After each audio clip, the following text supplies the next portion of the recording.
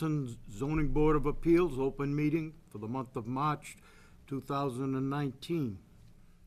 First item on the agenda tonight is the board will review the minutes of February 28th, 2019 ZBA meeting. All the board members have a copy.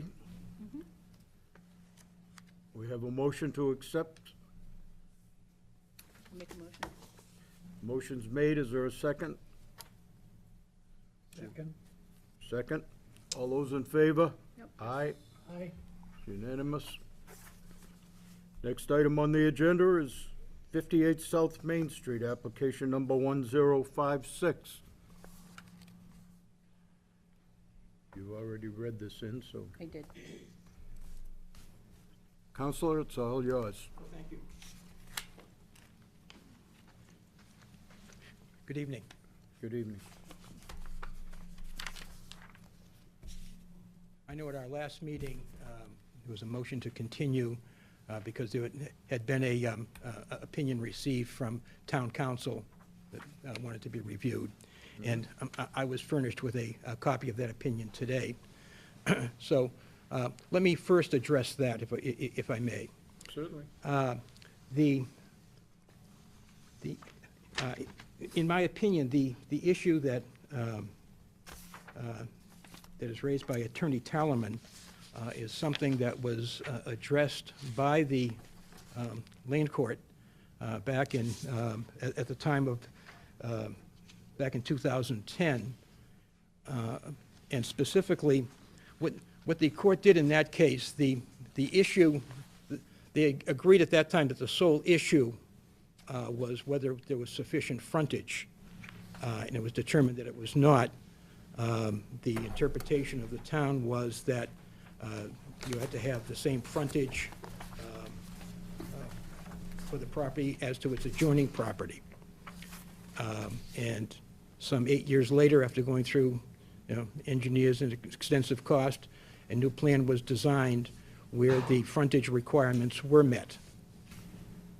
And that was the finding of the land court back in 2010, that was the sole issue that was in controversy. Now, in that case, though it was determined to be a moot issue at that time, the court did mention the issue of there being no dwelling to the, I believe it's to the west of the locus. And specifically, they found, and I had furnished copies of the decision for the board's review as well. And on the next to the last page of the 2010 decision from the land court, they pointed out in note 12, and there's 2 paragraphs.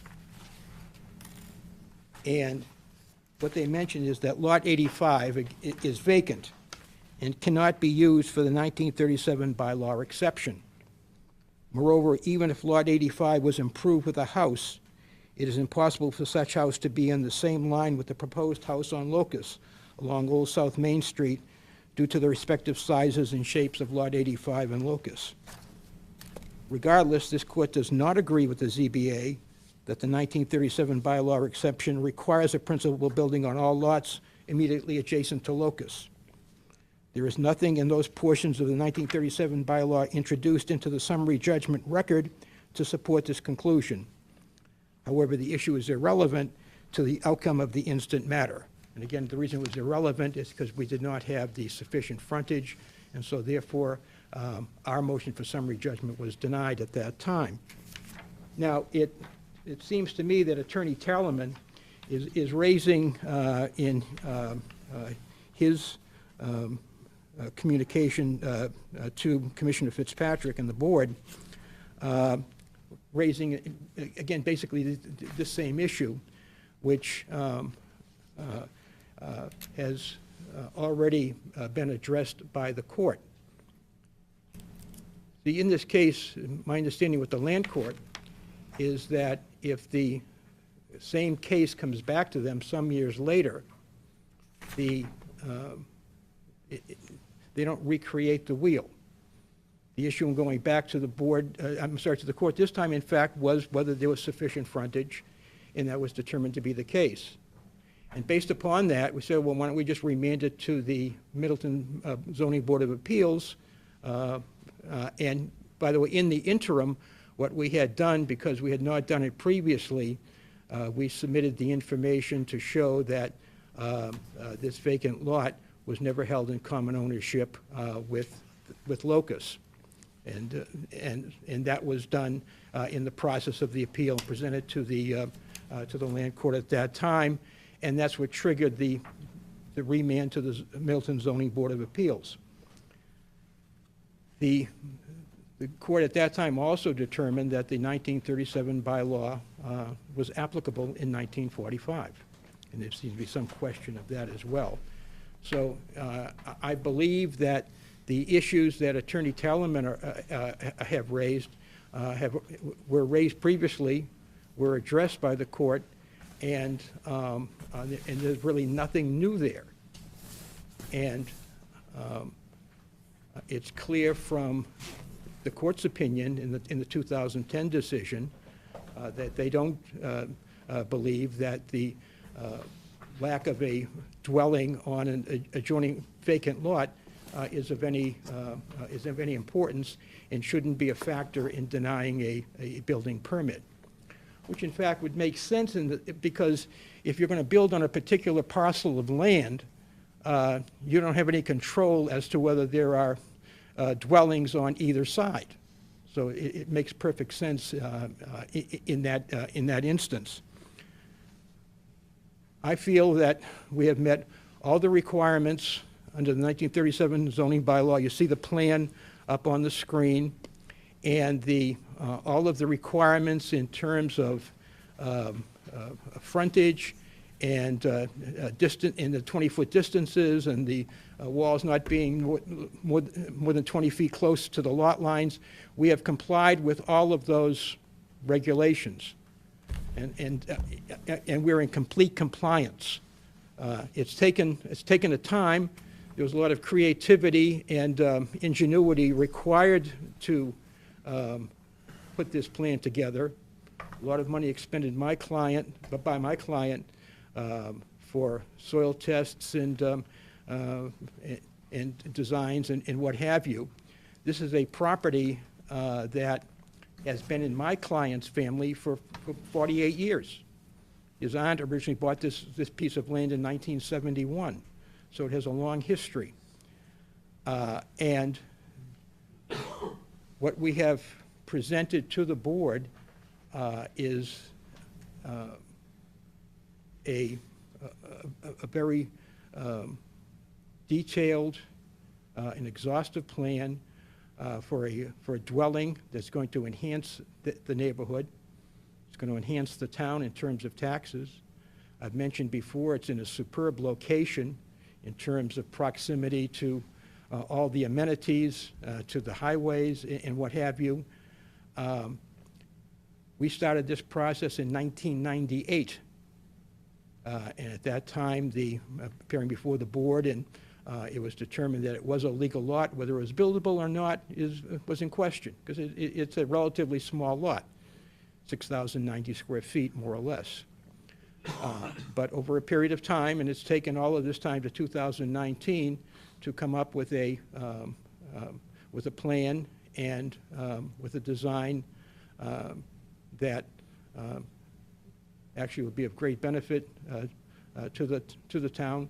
I would think the people in the neighborhood would be proud to have a dwelling on what is now an empty lot. And there's no theory in the law that land should always be used to its highest and best use. There's only a limited amount of land. And what we have proposed here not only will benefit my client, but benefit the town and benefit whoever might purchase that dwelling if in fact it can be built. I believe at this time that there is really no reason why this board should not overturn the ruling of Commissioner Fitzpatrick and order that a building permit issue so that we may finally proceed to enhance this land.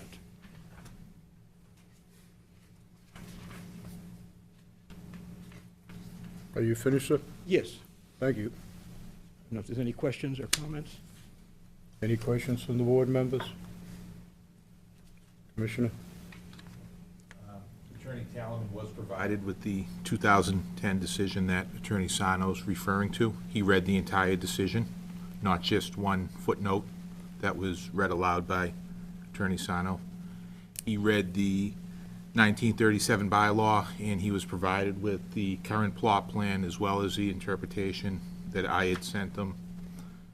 After reading everything, including the 2010 case, he did not agree with Attorney Sano that the judge ruled that you do not have to have a house on either side, taking the whole decision into effect. It further talks that a zoning board has the right to interpret its own bylaws, case law associated with it. It's the last paragraph of the decision.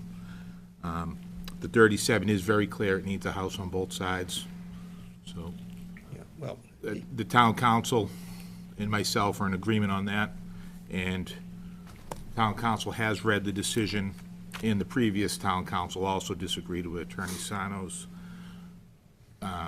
comment that one footnote supersedes the entire decision of the judge at the time. So your position hasn't changed?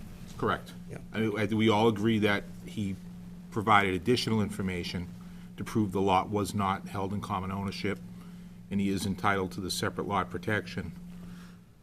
Myself and Attorney Talaman reviewed the documents. We don't believe he's in compliance with the 1937 bylaw as written or the current one. well, Thank you. my comment on that is the decision. Certainly, you can rebut. The decision couldn't be any clearer. The part of the decision that specifically addressed the, whether a dwelling was required on the lot, was that in a footnote, because it was not at that point a relevant issue, because the court had already determined that there was not sufficient frontage. You can read the whole decision, and there's nothing in that decision that rebuts or contradicts what the court said. And what the court said, by the way, is perfectly logical. You can't, if you own a piece of property, you can't control what's on either side. And the court determined that it was not the intent to deny, and to be very honest with you, it defies logic that you would be denied a building permit for something you can't control. And it's up to a court in those cases to determine in their own way what was the intent of the law and what the law should be. And as I pointed out before, I'm sure a seminal issue was, again, using land to its highest and best use. Would you deny a building permit because there is no house on an adjoining lot which you don't own and which you can't control? And the answer is no. I think it's very clear. I disagree with Attorney Talaman's interpretation and with Commissioner Fitzpatrick's interpretation. I believe that I'm correct on this, and it's supported by the language that is in the 2010 decision. And again, the view of the court on that case is totally consistent with what the law should be as it concerns real estate and the use of real estate. And, you know, my clients have expended a great deal of money and a great deal of time and a great deal of effort. And to deny our petition at this point, based upon, I believe, a very much flawed interpretation, would just not do justice. So I'm asking the board to consider that and to, you're aware of the language that's there, and I think in your own way that you certainly must have a question as to whether someone could be denied a building permit based upon those issues, particularly given what the court has stated in its decision. Thank you. Thank you, Counselor. Is there anyone else here to speak in favor of this application? Please, ma'am. Good evening. My name is Diane DeSantis, and I am the owner of the property along with my husband, Richard, at 58 South Main Street. This has been a very long and drawn-out process. Starting 21 years ago, there have been obstacles to overcome at every turn. It has put a tremendous strain, both economically and emotionally, on me, my husband, and my family. My husband, Richard, and our attorney, Joe Sano, have worked tirelessly to show that we have the right to develop our property, a property that has been in my family since 1971. Our plan puts, in a unified manner, a beautiful house that would be nothing but beneficial to the neighborhood as well as to the town of Middleton. We can't understand why the town has fought so hard in preventing this project. One would think that there would be more cooperation from the town if there is the slightest chance that a piece of property could be improved. Our attorney, Joe Sano, has laid out all the facts. We have done our homework, and we are confident in the merits of our case. Thank you. Thank you, ma'am. Anyone else to speak in favor? Anyone to speak in opposition to the application?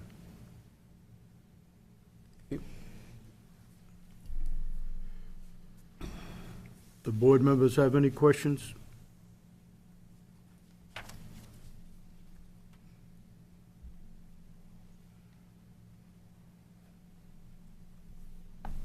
I will, I just don't right this second. We kind of have a lot to just go back over after the presentation. I just need a few minutes.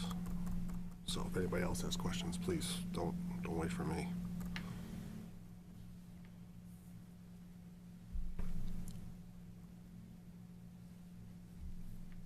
Or we can take a recess if that's easier.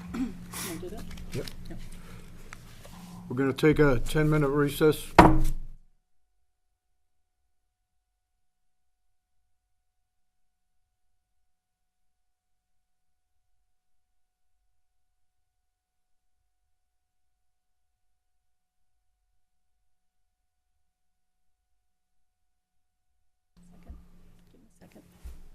Now go ahead.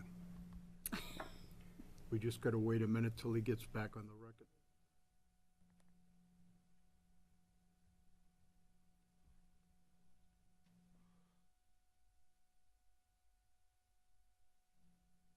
Scott, do you have a hard copy of your decision?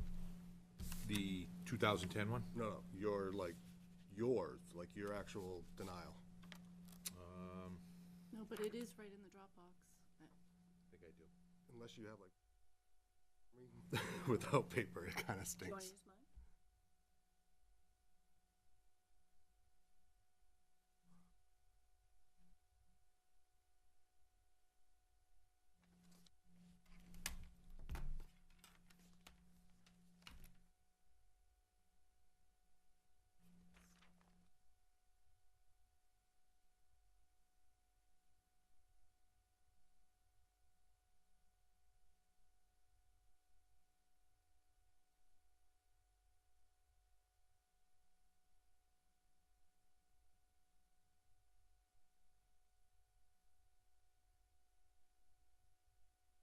For Paul.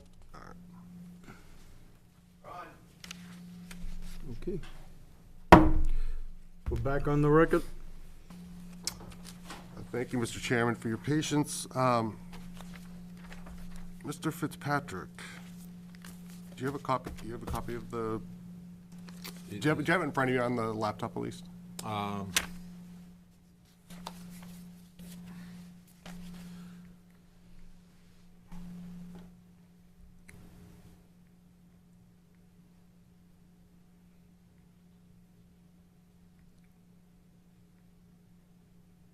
Give me a minute. Yeah, no problem.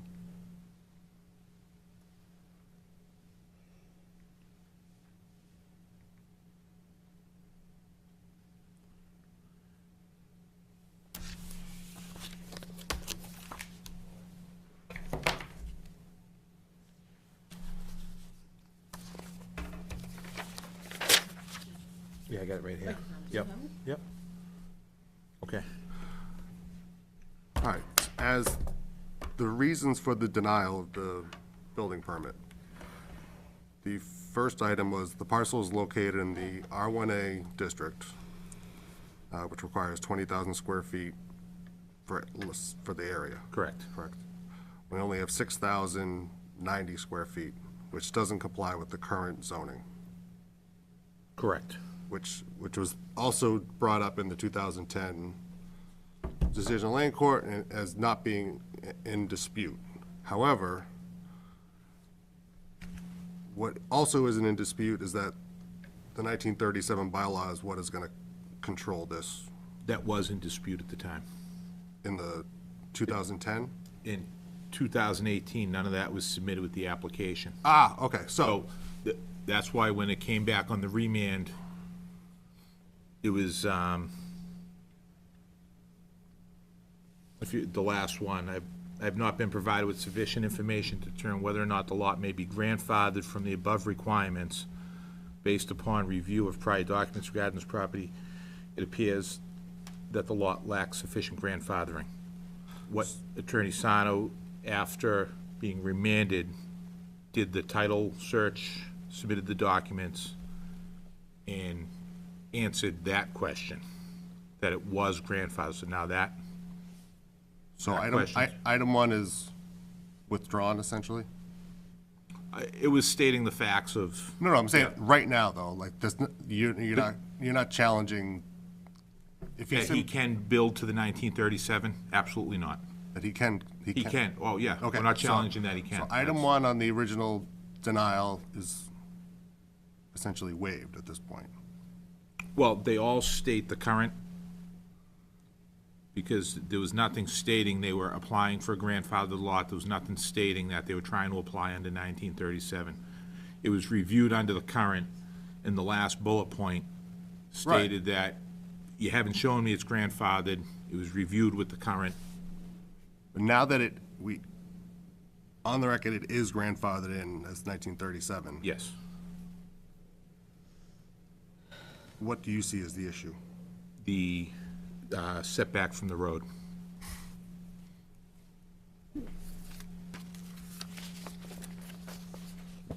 Is that the only issue? I believe it met everything else, yeah. Okay. Attorney Sano, what is your succinct argument for why the exception in this case applies as to the setback? And I'm not asking you to Right, well, just say, look at everything. I mean, Well, it's because the proposed dwelling is on a line with the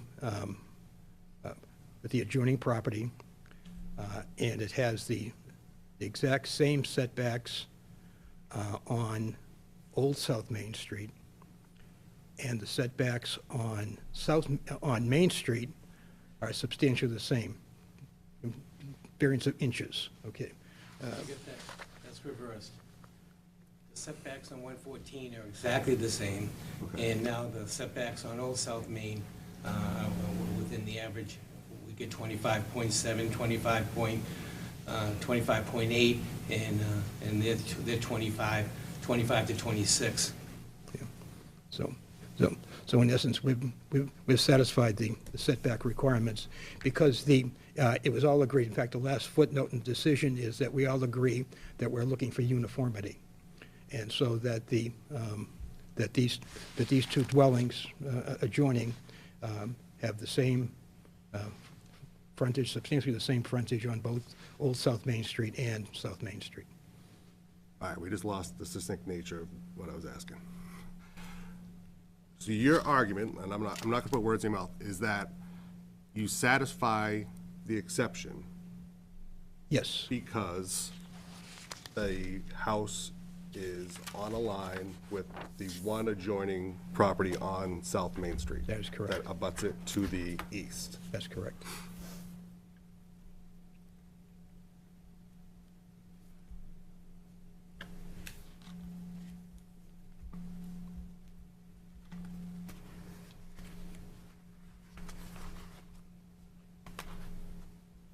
Can I add something? In the 2010 decision, the sole issue was... So, you know, if you want to talk, it's going to be best for everybody if you'd come up to the microphone and so we can get you on the record. You're sitting back there and it's difficult to hear you, so that everybody can hear you and the record is correct. Fine, just identify yourself for the record. Part owner of the... Richard, before that, were there any other questions from anybody? I'm sure there will. But Okay, oh, all right. So don't go too far. Okay, go ahead. Okay, so in the 2010 decision, the main issue was uniformity for 1937. The exception, the main issue for the exception was uniformity. So that's why if we bring our house along unified with the house, I don't know if, I forget, what's that, 80, what's the house on? 85? We're 85, 84? 85. Well, so the whole idea is we kept it unified, and with the front setbacks, the side setbacks meets 1937, and the back setbacks is exactly the same. Thank you. May I? Scott, do you agree that the house as proposed is currently on a line with the adjoining, the house that is on the adjoining lot? Has the average setbacks. I don't know if I would say it's on a line.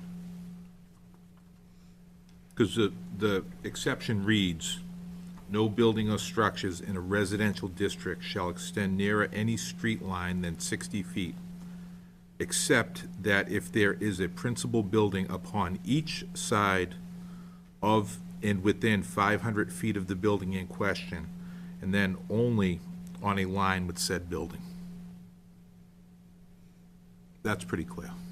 Is it on a line with the building next door? It has a uniform setback in the rear, and it has the average setback in the front, so it's actually a hair closer within, if I have the full plot plan here. It's, let's see, the other house is 26.5 and 25.6, and the setback for this new house is 25.7? Does that sound right? 5.8. 25.8? It's similar to the house next to it because it's an odd wedge shape. And so you could carry that even to the lot next to it and say the same thing, that it's in the same setback as the other one. You see what I'm trying to say? I mean, you could carry that idea that it's set back the same way as the one next to it because of the shape. I mean, but Well, it's that's- still lacking total acreage. in frontage. That's not the issue. The only issue is the setback. Period. That's it. It's really an issue of trying to figure out why they created that exception back in 1937. And so I think the ZBA has to think about why did they write their zoning back in 1937 to have a 60-foot setback? So they decided 60-foot was the best setback to have for all new houses, except for if you're in between two houses that are closer than 60 feet. Then you can take like an average. They said basically draw a line from those two houses and you have to adhere to that, so the average of those. So they were given that exception if there was buildings on both sides. That exception did not apply to corner lots, so they didn't want it for a lot that didn't have a house on the other side. And this lot happens to not have a house on the other side. And so you have to interpret why did they have that exception? Is it only for those lots that are in between two other houses? Like, you know, if you have houses that close, we're not gonna make you go 60 feet back. But on a corner lot, you could have a house that's 2 feet from the lot line, but it didn't apply to corner lots. So you had to be 60 feet back on a corner lot. And as you look at the GIS, the houses further to the north that are occupied, or the lots that are occupied, have rather large setbacks, scaling them off the GIS in the 60 to 80-foot range before you get to one that's close to the road again. Well, if you go up if you go up and down 114, and that setback of 11.5, you see a whole bunch of houses. The that are very set next back that occupied lot on 114 is set back in the 60-foot ballpark, measuring it from the GIS. far. But we're going into the 37 exception. No, that is the 37, so the 37 exception is the next lot being occupied. That one's not being occupied. If we pick the next occupied lot going down 114, the house is set back in compliance with the But our bylaw. But our point is, if, in the 2010 decision, the judge did not agree that there had to be a house on both sides. And if he didn't put that in there, we would have been dead in the water. Judge And also- we wouldn't even be here today. The judge also finished that the board was within their right to interpret their zoning. Our town councils reviewed it and issued an opinion. I've read it, I've interpreted it. I'm not a lawyer. That's why I asked for a town council opinion on the 2010 decision. It's up to the board now to decide whether or not town council was correct and I was correct. And he also sent that letter, the board can overturn him and you. They can. So, I mean, we laid out our case, and we believe in the merit that's there. Yeah, maybe just one point to bring up. In reading the bylaw,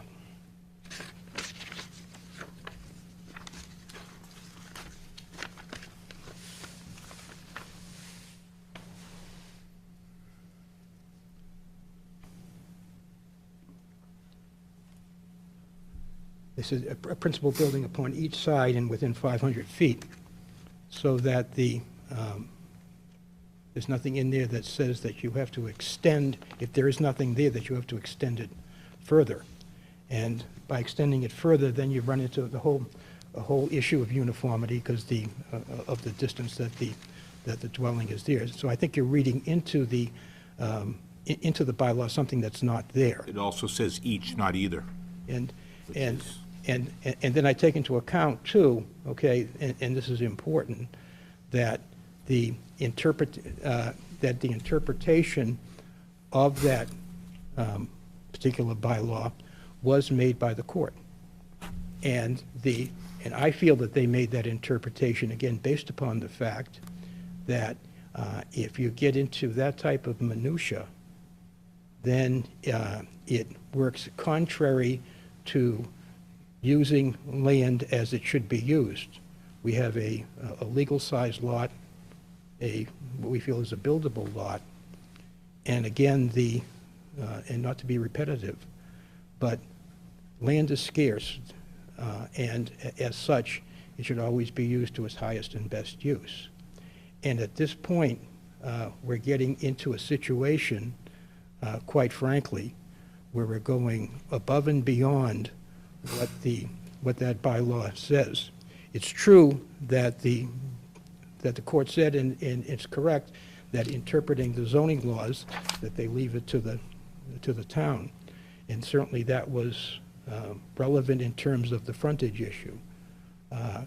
In this case, I believe that you're reading into the zoning bylaw regulations that are not there. See, the problem with that is that we have to be a certain amount of consistency for future cases. And if we change the bylaw for this particular lot, we're in a sense changing it for everybody in the future that may have the same type of circumstance. Yeah, I'm not advocating changing the bylaw. Well, we would be breaking the bylaw. Well, no, We- no, in my opinion, you would not. Okay, so you have a difference of opinion there. I believe that a ruling in our favor would be, Pardon me? He thinks he's within it, Yeah. but This case is Yeah, he's would- arguing would that be he's cons- within the bylaw. Yeah, be consistent with the bylaw, based upon the history of this case. So, Scott, just to help clarify things. So we are setback, he is setback enough from Old South Main and 114, correct? No, He is not setback no, enough. he doesn't, he needs to be 60 feet.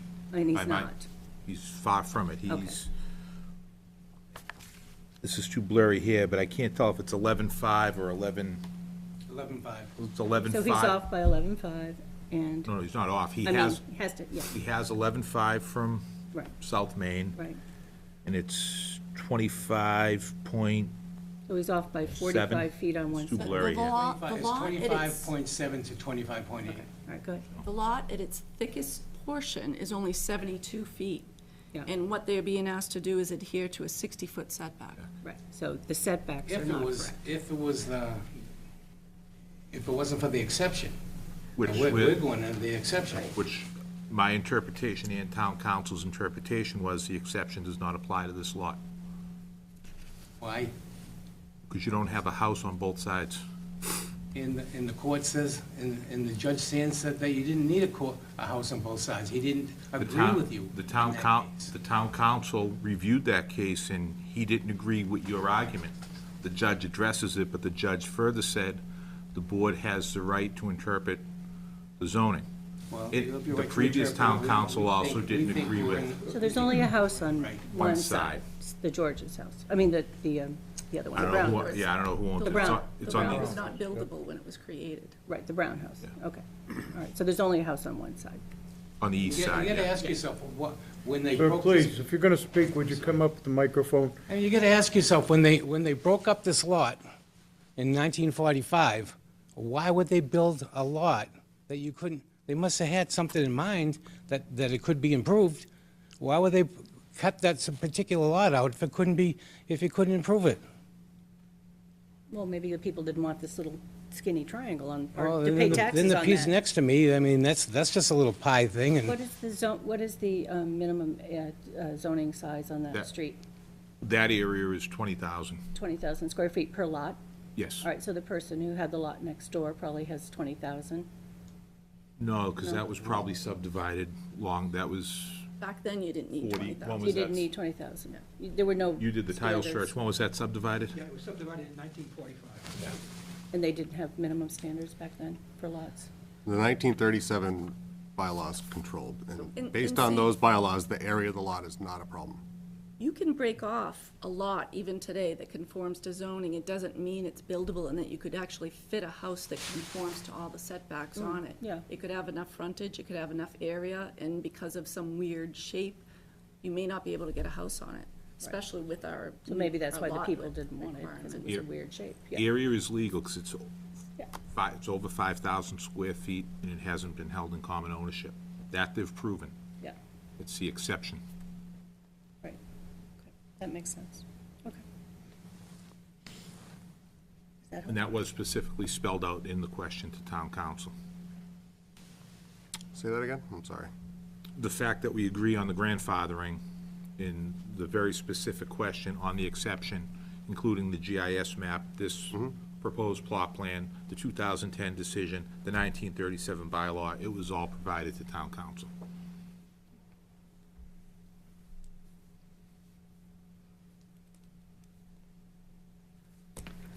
Okay.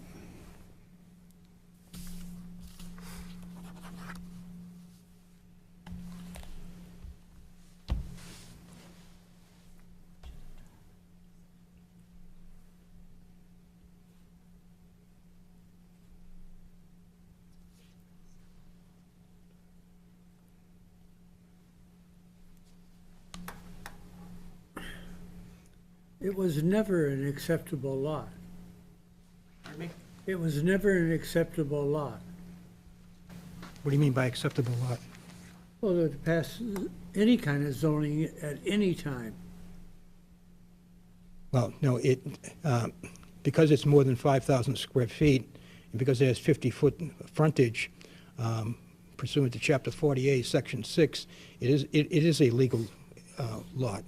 And since it's not in common ownership, it's grandfathered as to its legality.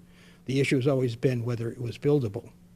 And and again, I can accept the 2010 decision because I think it was correct, because they interpreted what frontage means. I think here that you've gone far beyond the pale, and that the zoning law as written, and that, A little louder, please. yes, in the zoning law as written in 1937, that because we're on a line with the adjoining property, there's no 60-foot requirement, and it's a misinterpretation or going above and beyond and putting your own stamp on, I think, what you'd maybe like to think the zoning law is, but again, in its reading and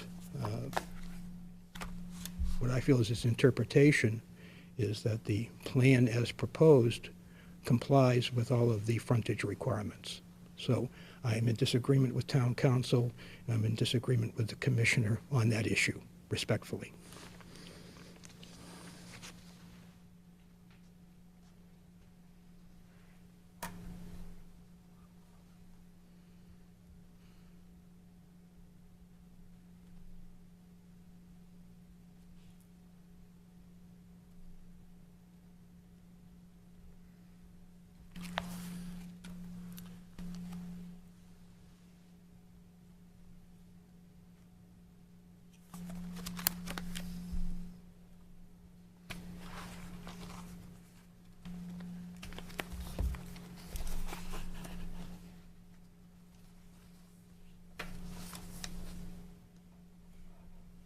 So this is we're making a motion to uphold Scott's decision, correct?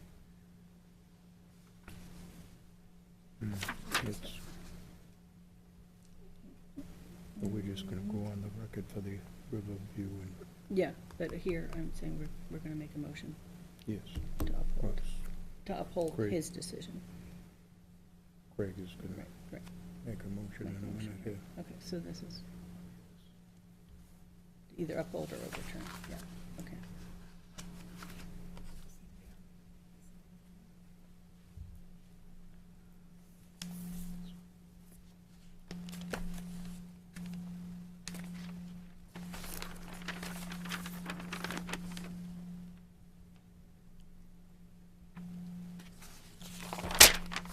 Getting there. Okay. Okay.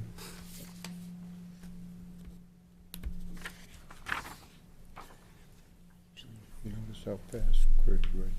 He does, he's a lawyer. You can tell he isn't on the clock. That's the weirdest thing. I heard that. Trying to get one attorney joke in there. We love you, Craig.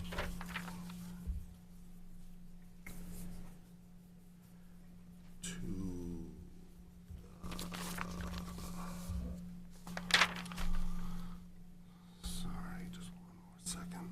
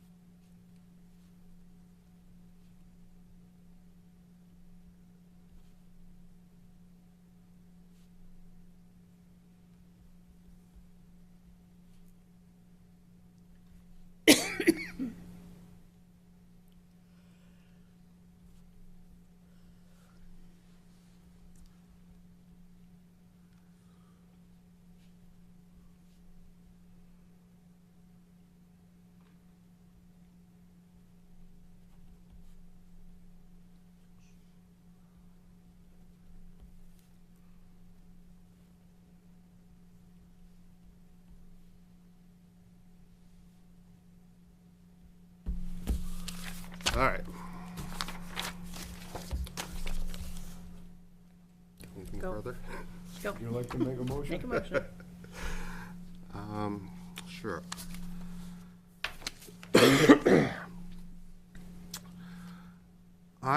Based on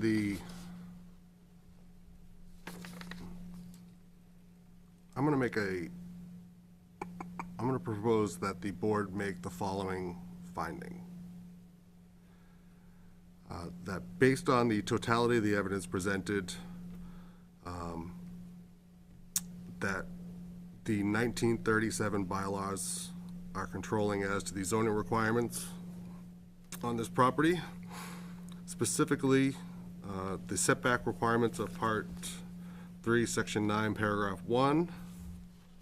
And based on Part 3, Section 9, Paragraph 1 of the 1937 bylaws, the proposed lot is not buildable due to the lack of a building directly on the lot, directly abutting the property to the west, specifically Lot 85. And as a result, the lot does not meet the requirements of Paragraph 3, Section 9, of Part 3, Section 9, Paragraph 1 of the 1937 bylaws. Can I make a suggestion? That you not say it's not buildable, because someone could still prove and put a 2-by-2 house on it. You could just say, this plan does not meet. He went proposed lot, proposed plan? You want to change the word lot to plan? Proposed building? They just don't meet this particular plan.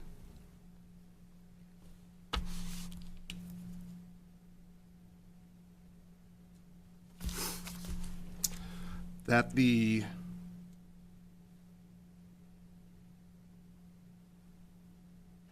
proposed plan is not legal, Compliant. compliant.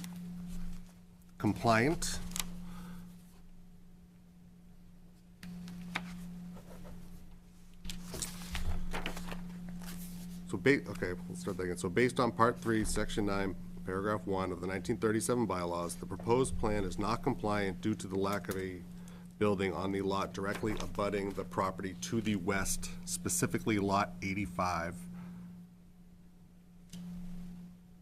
period. Therefore, we're taking a vote to, Those are just the findings? That's just the finding I'm proposing. So I'll read it back, just so. So based on the totality of the evidence presented, I propose that the board find that the 1937 bylaws are controlling as to the zoning requirements, specifically as to the setback requirements of Part 3, Section 9, Paragraph 1. And based on that paragraph of the 1937 bylaws, the proposed plan is not compliant due to the lack of a building directly on the lot directly abutting the property to the west, specifically Lot 85, period. is that something we vote on? Findings? Or make that part of the decision? No, I No, would vote right. on that separately. We're voting on it separately? And based on, well, I can do it either way. And based on that finding, I propose that the board approve or uphold the decision of the building inspector in this case. All right, I'll second all that.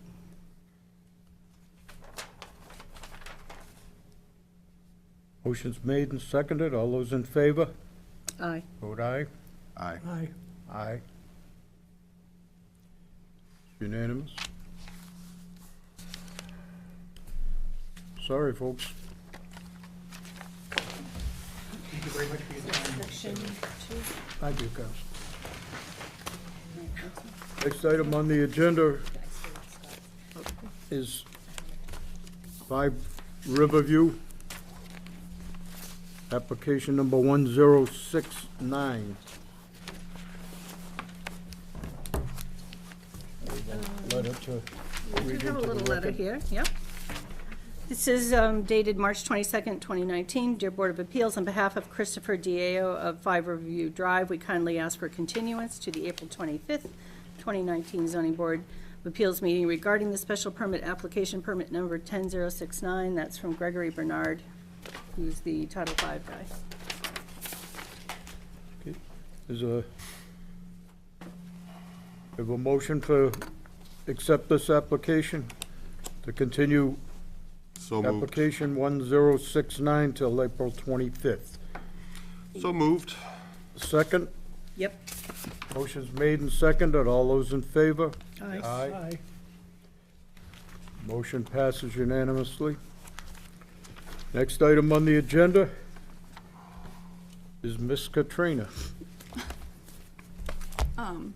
Online permitting portal for ZBA applications. Thank you, Mr. Chairman. Some of you may have gotten a news blast this past week that we are opening up the online application portal to ZBA applications and planning board applications as of April 1st. You can actually get in there and play around with it already. And what I'm going to do is, if you look up on the screen, I'm just going to take you through the steps to get to the portal, and then just go through a couple of little changes that applicants are going to see, especially the applicants we see over and over again. So this is the home page on our website, and if you go down to licenses and permits, you click on that, and for at least a year now, you've been able to apply for building, plumbing, gas, and health permits up on the portal. So you click on the portal, it brings you to Citizen Serve. And if you scroll down, you see Board of Appeals and Planning Department. Apply for a permit. And I'm going to use my login name.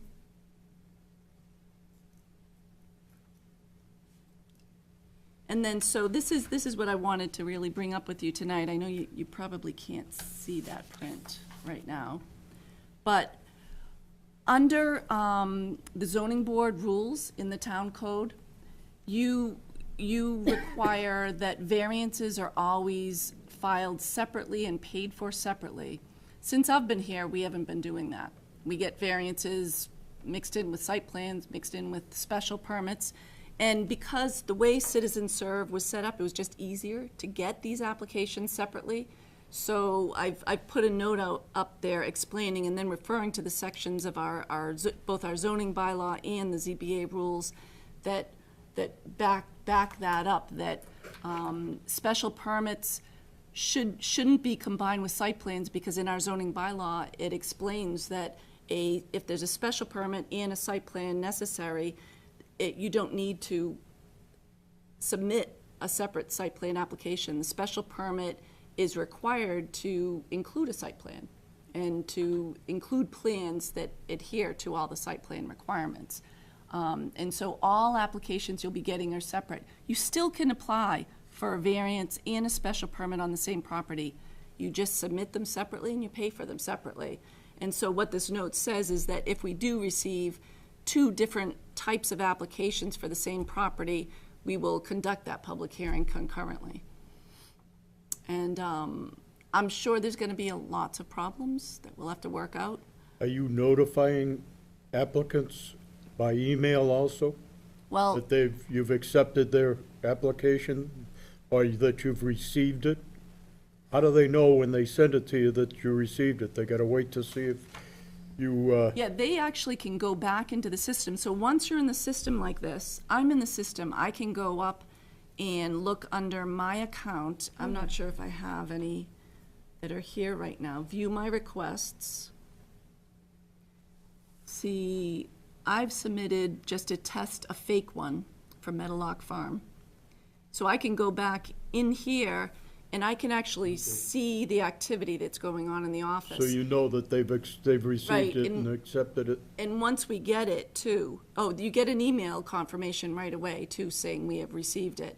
If there's anything missing, you'll be sent an email saying we're missing this, we're missing that. Does the system do that automatically? No, we have to do that. You have to generate that yourself?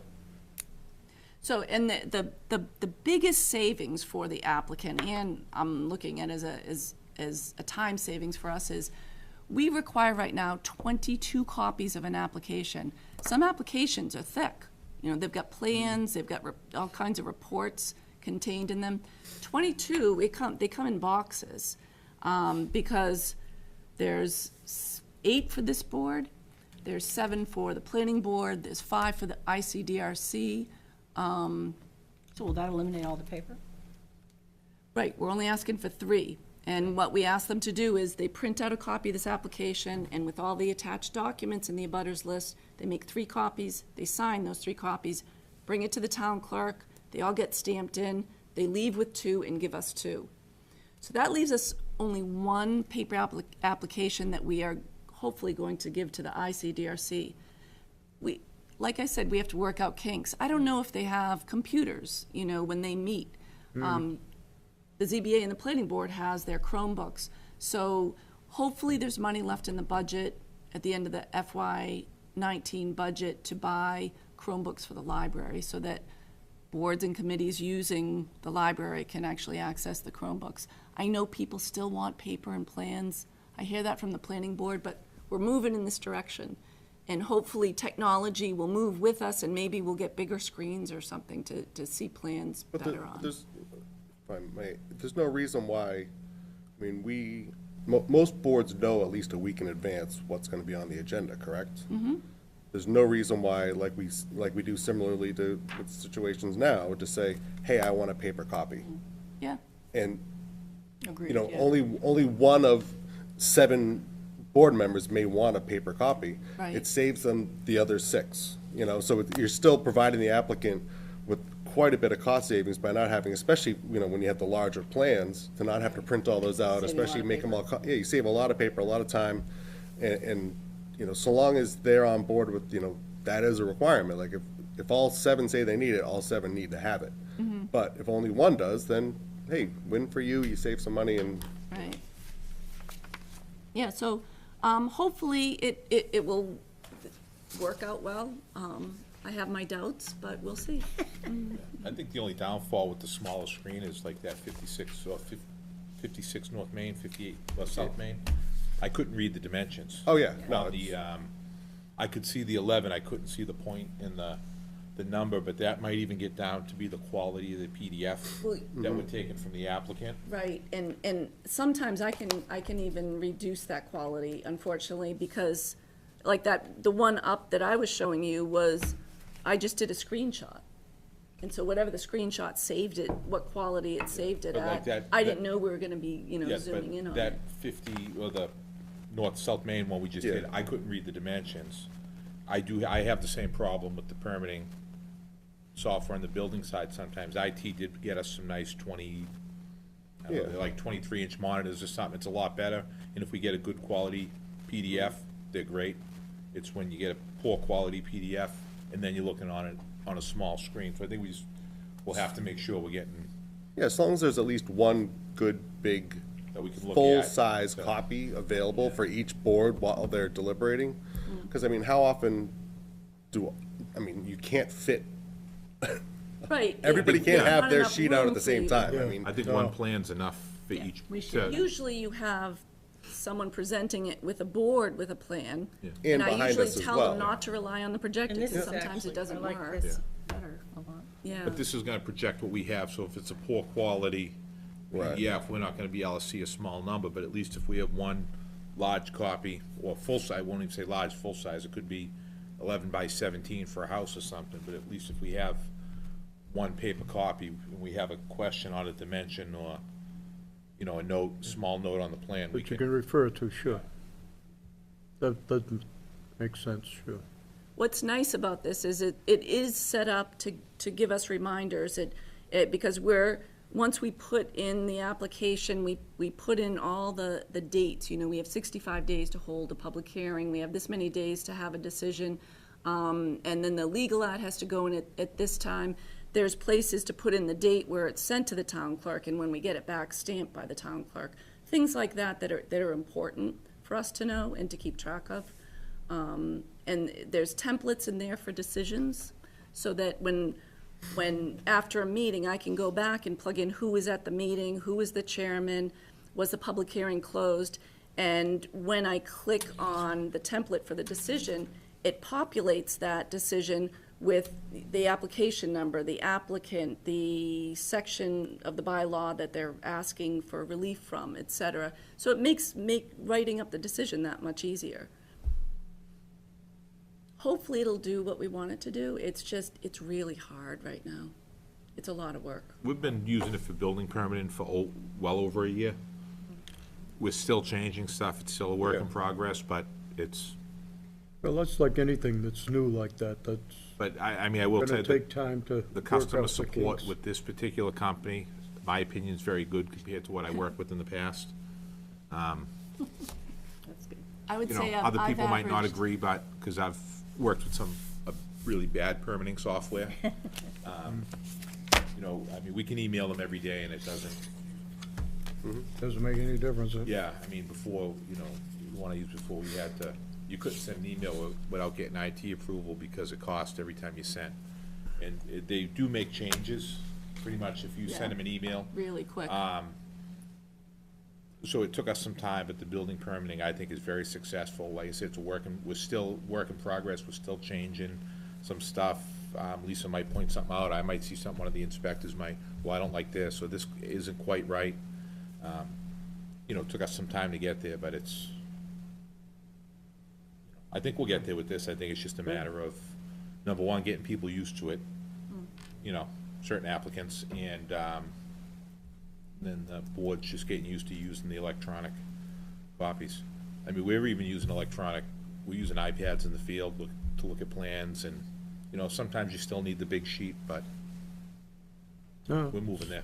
Yeah, for each building permit, I was just looking at it, the building permit, I mean, you guys are used to this, but someone had a question today on the storage building going up, and I was sending him the ZBA decisions on it, and I was like, maybe I could send him some of this building, because he said, is it almost done? And I'm like, well, I'll look to see, because I have access now, which is really great that we have this database now, because the information is out there for all of us.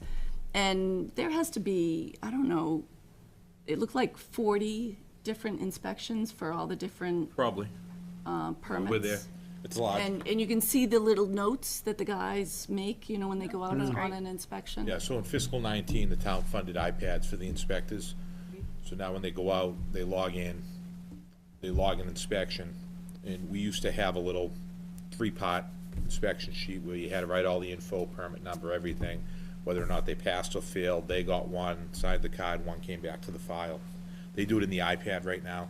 The contractor, the owner can get an email immediately. So if, you know, they show up to do an inspection at your house, you want to know whether or not the contractor passed his final, because you'll hold his final payment. Inspector can do it. He can email you and the contractor. You have your receipt, the contractor his, he signs the card. It's, Sure. and same thing if it fails, you can see what's going on. Yeah. If it Yeah, didn't it's a pass, much more there's a list efficient of, manner, sure. yeah. Holds up, Yeah, it just takes, you know, It's a thing of the future. you've done it's something what's one way coming. for a long time, it takes a little, It's painful. It's painful in-house, and then you open it to the public, and then you hear it from the public, and it's like, oh, why are we doing this? But it will, Well, remind him of paper. How much that costs. And thank You- you for doing all that. You all set, Katrina? yes. Thank you. Thank you. There being no further questions, the chair will accept the motion to adjourn. So moved. Meeting's adjourned. just a lot.